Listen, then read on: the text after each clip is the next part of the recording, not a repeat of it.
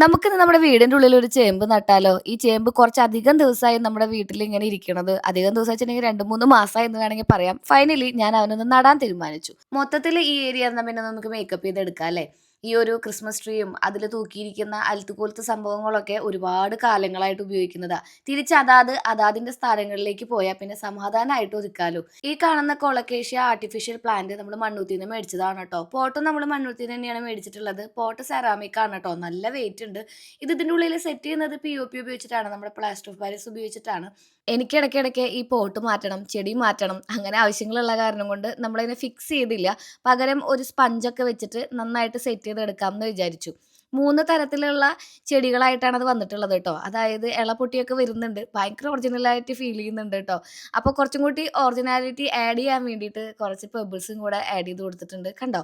ഇതിൻ്റെ ആ മെറ്റീരിയൽ നിങ്ങൾക്ക് ഞാൻ തട്ടിയപ്പോൾ മനസ്സിലായിട്ടുണ്ടാവും. പിന്നെ ഇവിടെ വെക്കാമെന്ന് വിചാരിച്ചു.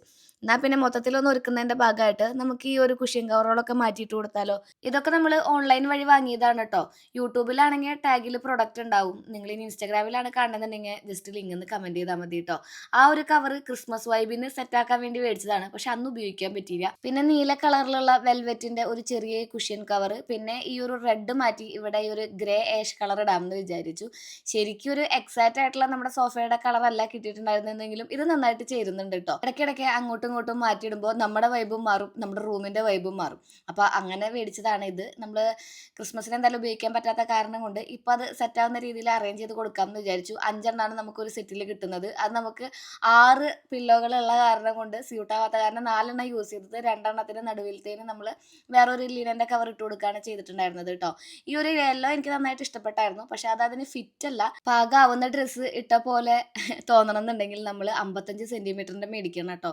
കുറച്ച് ദിവസം മുന്നേ നമ്മൾ ഈ ഒരു ഏരിയ മേക്ക് ഓവർ ചെയ്തപ്പോൾ കുറേ പേര് പറഞ്ഞായിരുന്നു താഴത്ത് കിടക്കുന്ന കാർപ്പറ്റ് ഇവിടെ ചേരുന്നില്ലേ ശ്രീ, ഒരു ആഷ് ആഡ് ചെയ്യുന്നു. അങ്ങനെ നമ്മൾ ആഡ് ഓൺ ചെയ്തിട്ടുണ്ട്. ഇത് ആഷ് ആൻഡ് വൈറ്റ് കളറിലുള്ള ഒരു കോമ്പിനേഷൻ. നല്ല ഭംഗിയില്ലേ കാണാൻ വേണ്ടിയിട്ട്. ഇതൊക്കെ അടിപൊളിയായിട്ടുള്ള പ്രൊഡക്റ്റുകളാണ് കേട്ടോ. എനിക്ക് ഒരുപാട് ഇഷ്ടപ്പെട്ടു. ഞാൻ എങ്ങനെ വെച്ചിട്ടുണ്ടെങ്കിൽ പ്രൊഡക്റ്റുകൾ ചൂസ് ചെയ്യുമ്പോൾ ഇഷ്ടമായത് വിൽക്കും, അല്ലാത്തതൊക്കെ റിട്ടേൺ ചെയ്യലാണ് പതിവ്.